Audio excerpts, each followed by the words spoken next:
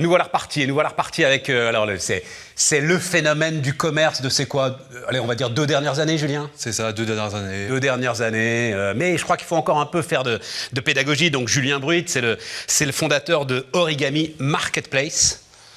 Un mot sur les marketplaces? Un mot sur les marketplaces. La marketplace, c'est ce qui va permettre à toute entreprise d'agréger une offre au-delà de ses frontières, de son propre stock. Exactement, voilà, c'est ça.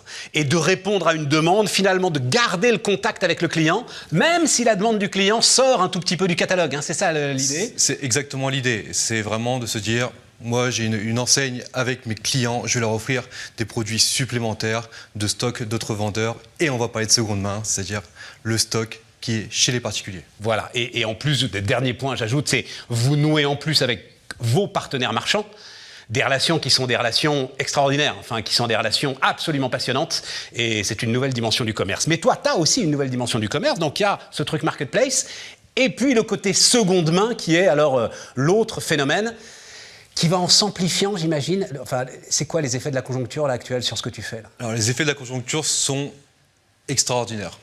Si on regarde un peu les dernières études, on voit que la seconde main, juste le marché de la seconde main, il va croître 25 fois plus vite que l'e-commerce. Donc on est vraiment sur une conjoncture qui est en plein boom. 25 fois plus 25 fois plus vite. Et ce qu'on a pu voir sur les dernières études, c'est que 80% des Français ont déjà consommé de la seconde main. Donc ça, c'est quand même important. Certes, il y a des véhicules d'occasion, on l'a vu. Tu parlais de conjoncture.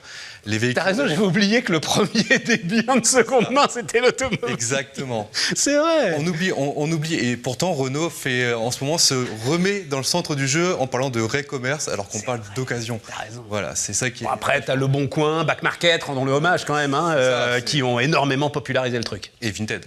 Et Vinted, mais bien sûr. Vinted, c'est ceux qui sont rentrés chez les particuliers. Vraiment, tout le monde a Vinted. Enfin, voilà, c'est vraiment un sujet. Oui, alors là, tu mets le doigt sur un... Alors, tiens, tu mets le doigt sur un sujet qui est intéressant. Je ne sais pas si toi, tu l'adresses.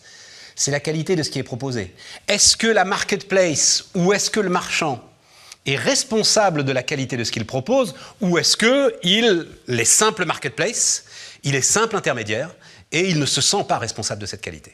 Donc, si on parle de mes clients qui déploient justement une place de marché, donc nous, on a un logiciel qui va permettre aux entreprises de déployer leur place de marché de seconde main.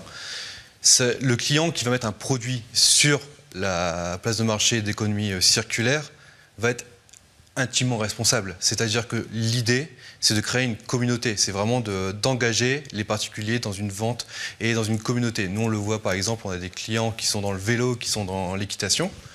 Dans ces domaines-là, les gens ont l'impression d'appartenir à une communauté, donc ils vont faire attention à ce qu'ils envoient. Au niveau légal, au niveau vraiment juridique, c'est pas encore... Non, ma question n'était pas là. Ma question était bien telle que tu as répondu, c'est-à-dire... Et bon, c'est vrai qu'avec certains des acteurs que tu as cités... D'accord, voilà. On est d'accord entre nous. Voilà, d'accord entre nous, tu peux avoir énormément de mauvaises surprises quand même. Tu as introduit le sujet sur les marketplaces. Si on regarde Amazon, au début, Amazon, ils ont régulé après, mais au début, sur Amazon, tu trouvais tout et n'importe quoi, finalement, en produit. Donc là, c'est la même chose. Ouais. C'est la plus massive des marketplaces, évidemment, sur Amazon.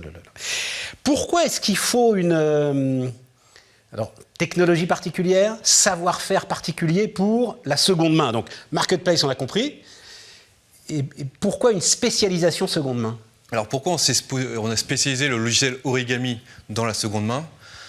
Parce que c'est vraiment, on revoit les codes de la marketplace. C'est-à-dire que sur une marketplace habituelle, on connaît les gros acteurs qui font de la marketplace, on ajoute un produit sur un back-office incompréhensible par les particuliers. Donc tout se fait sur un portail hyper simplifié. On ne va pas payer un particulier à 15 jours. Il faut quelque chose de très simple. Donc nous, on s'est spécialisé là-dedans parce qu'on doit mettre en place une simplification des processus. On doit aussi permettre d'offrir des outils qui vont plus loin qu'une place de marché habituelle. Alors vas-y, par exemple, quels outils? Tu parlais, nous, on est en train de travailler par exemple sur le côté authenticité du produit, l'authenticité, la validité du produit. Je te prends un exemple, il y a un marché, une verticale de consommation qui n'ose pas encore aller sur la seconde main, c'est le luxe. Pourquoi? Parce que finalement, si demain tu ouvres une place de marché de seconde main dans le luxe, comment on vérifie que le produit a bien été acheté chez cette marque et surtout qu'il n'a pas été, c'est pas de la contrefaçon. Donc il y a déjà ce côté-là, l'authenticité. D'autres exemples, il faut aussi, lorsqu'on fait...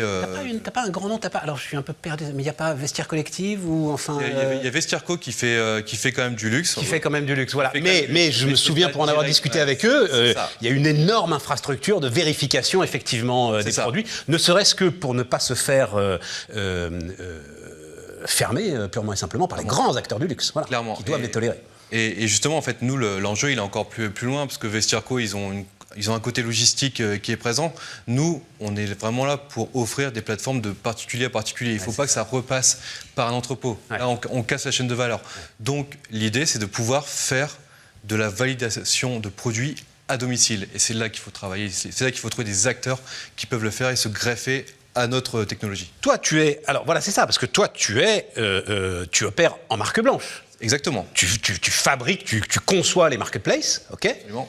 Mais derrière, il faut des acteurs qui fassent ce creuset entre les particuliers. Tout à fait. Quel type d'acteurs sont intéressés par ça ? Alors, beaucoup d'acteurs. Si je reprends un peu ce qu'on a pu voir dans les médias avant de parler des acteurs qui font ça. Mais là, on a parlé des fournitures scolaires. Je n'ai pas de clients dans la fourniture scolaire, mais la fourniture scolaire, ça commence à être un marché de seconde main. Donc on se dit que vraiment toutes les dynamiques du marché, toutes les verticales de consommation peuvent être adressées. Nous, on a des clients qui vont être dans l'ameublement. Tu dis, attends, ça m'intéresse. Ouais. Une marque, par exemple, puissante comme Clairefontaine aurait tout intérêt... Il y a un sujet, effectivement. Il y a un sujet, voilà. Aurait tout intérêt à agréger des particuliers sur de la fourniture scolaire. Clairement. Super intéressant. Ouais, et pourquoi c'est important ? Parce qu'en fait, l'idée de la seconde main, si on regarde finalement les indicateurs importants d'une société, c'est quoi ? Ça va être le chiffre d'affaires et la marge. Le chiffre d'affaires, ça va être l'idée d'avoir de plus en plus de clients. Et c'est là que la seconde main est importante. C'est pas dans la marge, parce que finalement, si tu regardes un peu les marges d'un Vinted, etc., c'est pas des commissions hyper fortes. Par contre, ça va être une grosse traction de clients. Et on sait surtout que la nouvelle génération, si on appelle ça les millénials, consomme de la seconde main directement. Absolument. Et il y a une étude aussi qui dit qu'entre 60 et 70% des consommateurs, quand ils vont consommer dans une marque, aimeraient pouvoir aussi revendre sur cette plateforme pour avoir une circularité de l'économie et se dire c'est bon, j'ai acheté là, je peux le revendre là et pourquoi pas, quand j'ai revendu, je rachète dans cette marque et on est sur vraiment une idée de circularité très forte. Circularité très forte, il y a évidemment des enjeux RSE, mais très clairement l'enjeu pouvoir d'achat qui est très fort aujourd'hui, ça devient prioritaire. C'est plus que prioritaire, c'est-à-dire que le côté du pouvoir d'achat, c'est vraiment la première réponse qui est faite à toutes les études de pourquoi vous consommez sur la seconde main. Alors derrière, il y a effectivement ce côté de je peux, moi, à mon niveau, aider à réparer la planète. Mais le premier point, c'était le pouvoir d'achat. C'est comment je peux m'équiper sur des produits, on le voit. Par exemple, dans le vélo. Le vélo, c'est extraordinaire. Pourquoi ? Parce qu'il y a eu l'effet d'aubaine, entre guillemets, du Covid et les ruptures de stock, parce que tout le monde s'est mis au vélo.